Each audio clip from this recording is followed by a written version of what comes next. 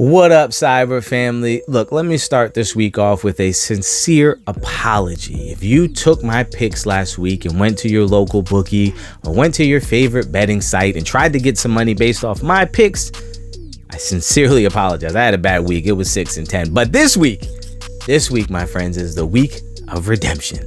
I'm getting you that money back. Packers minus 1.5 versus the Falcons. I know the Falcons looked, I guess, semi-impressive week one, and the Packers looked equally as impressive in week one versus Chicago. Well, I saw in week one that Jordan Love looked the part. He looked like a quarterback. He looked like a guy who knows what he's doing and believes in himself, and that team seems to believe in him as well. I look for that to continue. 1.5 points, in my opinion, is not enough in this game.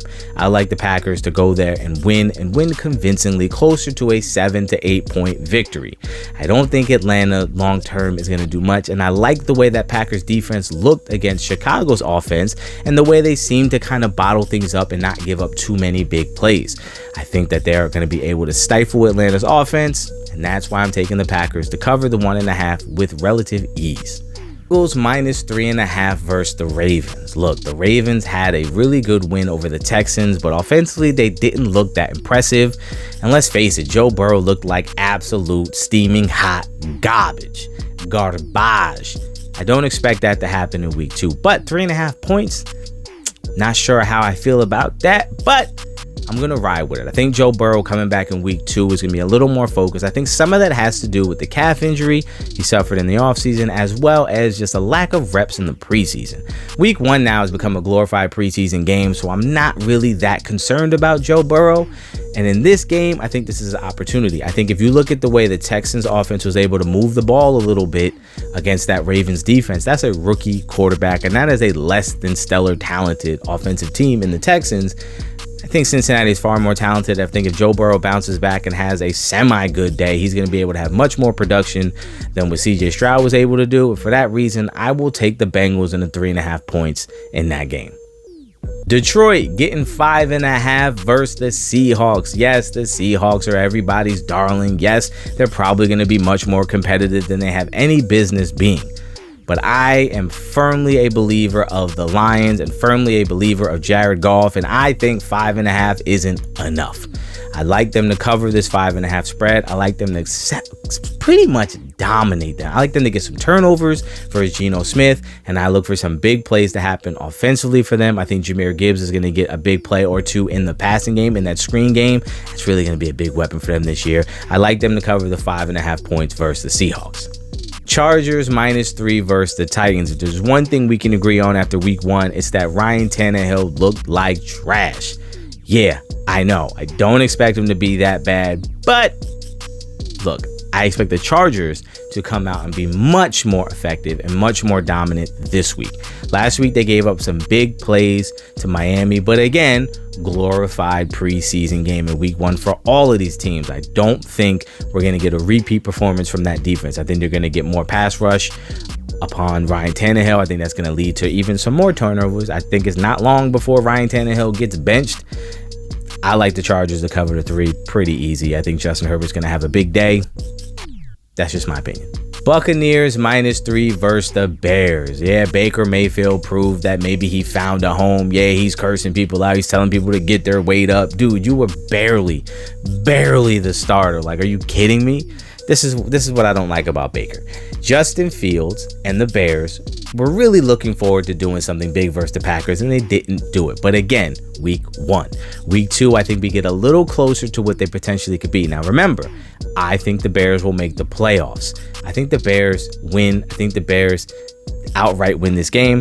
I think giving the Buccaneers 3 points is a little wishful thinking. I think this is the perfect type of game for Baker Mayfield to kind of come out and show his true colors and get back to being like, oh yeah, I forgot it's Baker Mayfield. Giving him 3 points versus the Bears, take the Bears. Chiefs minus 3 versus the Jags. It feels like the Chiefs haven't played in 3 weeks. It's really only been about 10 days. But going against the Jags, I gotta be honest, I'm not that high on Jacksonville.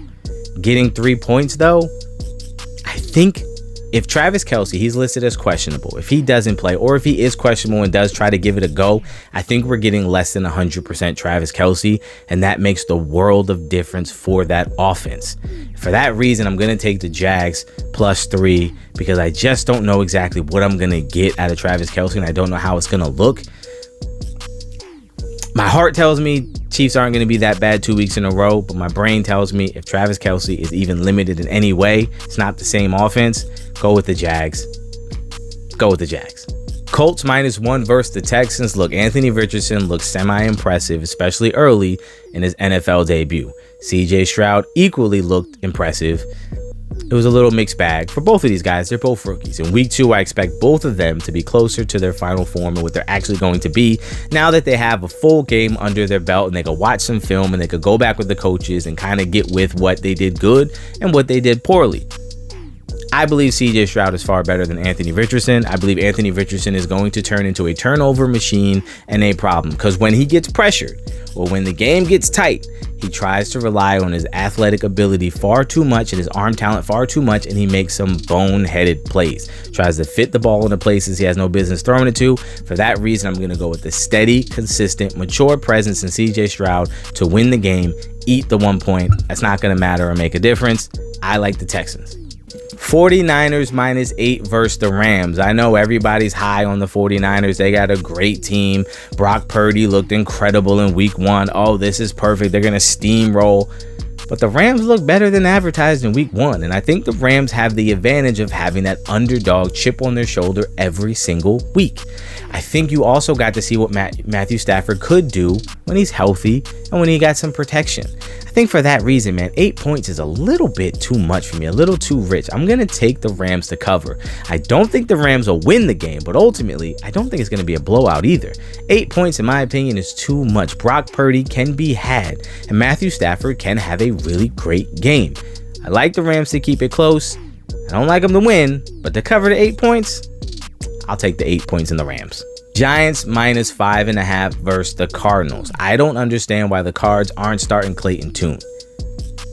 Josh Dobbs is nowhere in your future. I don't know what you're trying to do. You're not getting to a Super Bowl this year. You're probably not making the playoffs. Start the kid. See what you got in the kid. I don't understand. And the Giants, after that terrible week 1 game versus the Cowboys, they need a bounce back. 5.5 points.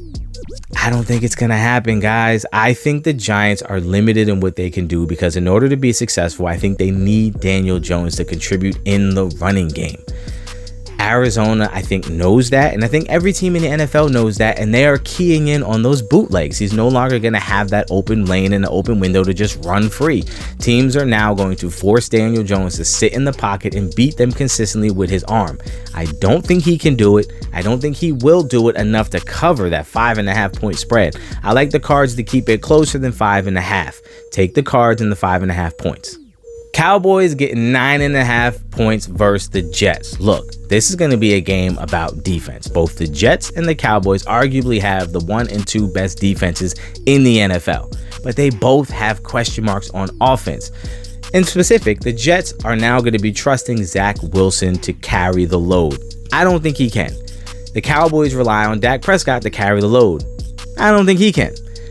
But one's better than the other, right? Clearly, Dak Prescott's better than Zach Wilson. Sure. But Dak Prescott, is he good enough to get 9.5 point difference? I don't think so. Going against that defense, I'm anticipating a few turnovers from both sides. I just think Zach Wilson's going to have a bit more. That pass rush is going to get home on Zach. He's going to make some bad, ill-advised throws, throw a couple picks, maybe even fumble once or twice. Who knows? I like the Cowboys to win. Cover the 9.5 though. My brain tells me the Cowboys, when they're picked in this spot and favored by this much, they usually don't live up to the hype. That's one thing I know as a fan. So as a fan, I'm telling you, take the Jets and the 9.5 points. Trust me. Broncos -3.5 versus the Commanders. I do believe in the Commanders. I think their talent is way too much. I think the Broncos, little iffy still. They got new coach, new system, new players. They're trying to work out a whole bunch of kinks. I think it's still too early in the season for them to show any level of real consistency or dominance. I like the Commanders to come out and play much better than they did in week 1 and get this dub and cover the 3.5 points. I don't understand why they're not favored in this game. I guess just for reputation purposes alone, you favor the Broncos. They got the better QB, better coach, who knows? But I will take the 3.5 points and the Commanders. Dolphins minus 2.5 versus the Patriots. The Patriots are one of those teams where you're going to have to show me that they're dead and gone before I ever give up or give into the idea that they are no good or they are trash. Look, Miami is much better than the Patriots. They should win. They should win very easy. But the fact that it's only a 2.5 point spread lets me know that the bet and the sharks and the smart guys know, just like I do, the Patriots are always going to be competitive. The Patriots are well too coached to ever think that they're just going to get smoked in any game. A 2.5 point line says to me this game is a lot closer than it ought to be. For that reason, I'm taking the Patriots to cover the 2.5 points. I think this game is going to be very close. If not, the Patriots outright win. Bill Belichick has seen Miami enough to know. We know what we got to do versus this team. And if nothing else, the Patriots are going to be incredibly disciplined and have a good game plan. If they can just execute the game plan, that game is going to be very, very close the entire way through. I like the Patriots getting 2.5 points. Saints minus 3 versus the Panthers. Look, the Saints somewhat struggled in week 1. I don't see it happen in week 2. I think another week under his belt with Derek Carr, I think him getting to play with those guys in real live game action, they're going to come out and they're going to dominate the Panthers. I think the Panthers are very bad. They're going to end up being really bad at the end of the year. I think Bryce Young is going to continue to struggle a bit, especially early until he kind of figures things out. Because again, he's coming from a program like Alabama where they had the best talent every single week that they played. And in this league, with this team, he's at a talent deficit. So I think for that reason, I think the Saints are probably going to beat up on the Panthers this week. 3 points, give me the Saints minus 3. And last but not least, you got the Browns getting 2.5 points versus the Steelers. That's right, Browns favored by 2.5. I don't think they're going to look like they did against the Bengals because as much as I don't like Kenny Pickett, he can't play as poorly as Joe Burrow did in week 1. I can't, it's just not possible. It's just not possible. But it is still Kenny Pickett. I think what you saw last week was Kenny Pickett is very limited in what he can do. The more you ask him to do, the more trouble you're going to get into. He's not that guy. I've never believed the offense can't run through Kenny. He ain't that guy. Sorry. I like the Browns to cover the 2.5 points. I like them to win convincingly. I just think the Steelers are in a lot of trouble. I think that defense is going to make some big plays versus that Steelers offense. And I think Deshaun Watson is probably going to have a much better day against that Steelers defense than he did last week, even against the Bengals. Give me the Browns minus 2.5. Those are my picks for the week. Now go out there, submit those to your betting sites, get your money. This week, I'm thinking 92% win percentage. That's right, I said it. I'll catch you guys next week.